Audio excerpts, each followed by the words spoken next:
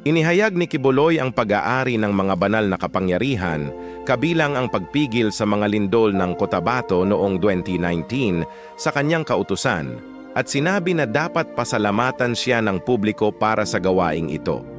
Nagsabi siya sa publiko na hindi niya ginawa ang pagpigil sa bagyong Kamuri o Tisoy bilang tugon sa mga kritiko ng kanyang naunang pahayag sa pagpigil sa mga lindol ng Cotabato. Sa panahon ng pandemya ng COVID-19, sinabi ni Quiboloy sa kanyang channel sa YouTube na ang paglitaw ng virus na Omicron ay sanhi ng pag-uusig sa kanya ng US at ng negatibong kritisismo mula sa publiko. Inihayag niya na ang virus ay titigil lamang kung iaabsuelto siya sa kanyang mga kaso.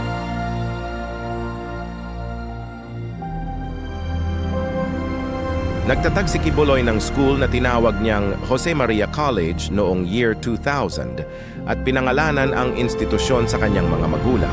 They are currently offering more than 30 programs, from basic grade school education, specialized medicine and law programs, to TESDA-accredited vocational courses.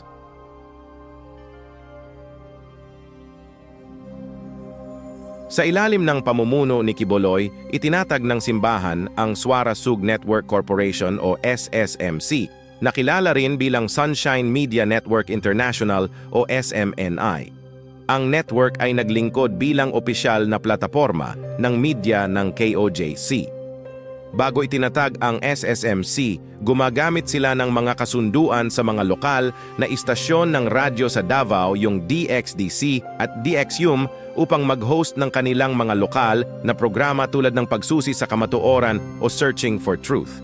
Noong 1991, inilunsad nila ang kanilang unang programa sa telebisyon na may pamagat na The Hour of Truth sa pamamagitan ng paggamit ng mga kasunduan sa block time sa mga istasyon ng IBC at ABS-CBN sa mga lungsod sa Visayas at Mindanao. May mga paratang ng brainwashing mula sa isang dating miyembro ng simbahan.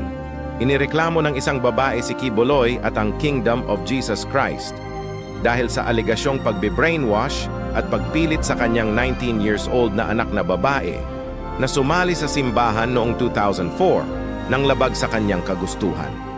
Ang New People's Army at Communist Party of the Philippines ay inakusahan si Quiboloy na siya ang nasa likod ng massacre ng Clata Bagobo, leader Datu Domingo Diarog, at ang kanyang pamilya noong April 29, 2008. Dahil sa tumanggi sila na ibenta kay Quiboloy at sa kanyang sekta ang kanilang 2 ektarya na property sa halagang 50,000 pesos.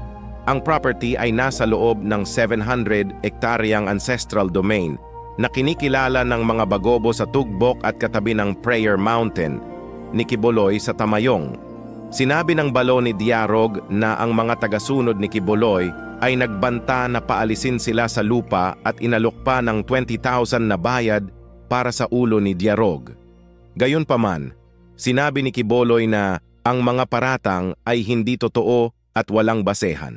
Samantalang itinuturing ni Quiboloy na mga anak ni Satanas ang mga rebelyon, itinanghal siya ng NPA bilang warlord na naglilingkod sa mga patakaran ng administrasyon ni Arroyo laban sa mga magsasaka at katutubo.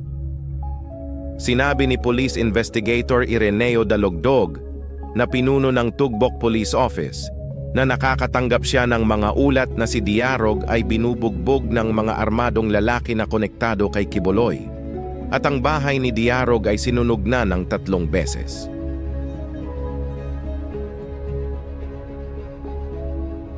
Ang mga piskal ng Central District ng California ay nag-akusa kay Quiboloy at sa mga pangunahing administrator ng simbahan ng conspiracy to conduct human and sex trafficking, money laundering, immigration fraud, and other charges noong November 11, 2021. Ayon sa mga piskal, pinilit ng mga tagasunod ni Apollo at ng mga administrator na mangalap ng pondo ng mahabang oras na may kaunti o wala man lang sahod. May mga tagasunod na seksual at pisikal na naabuso ni Quiboloy at ng iba pang mga administrator ng simbahan sa ilalim ng pakikisama at pag-iwas sa walang hanggang kaparusahan. Ang ilan sa mga tagasunod ng KOJC ay itinalaga bilang full-time workers upang tumulong sa mga gawaing pang-fundraising sa buong bansa at internasyonal.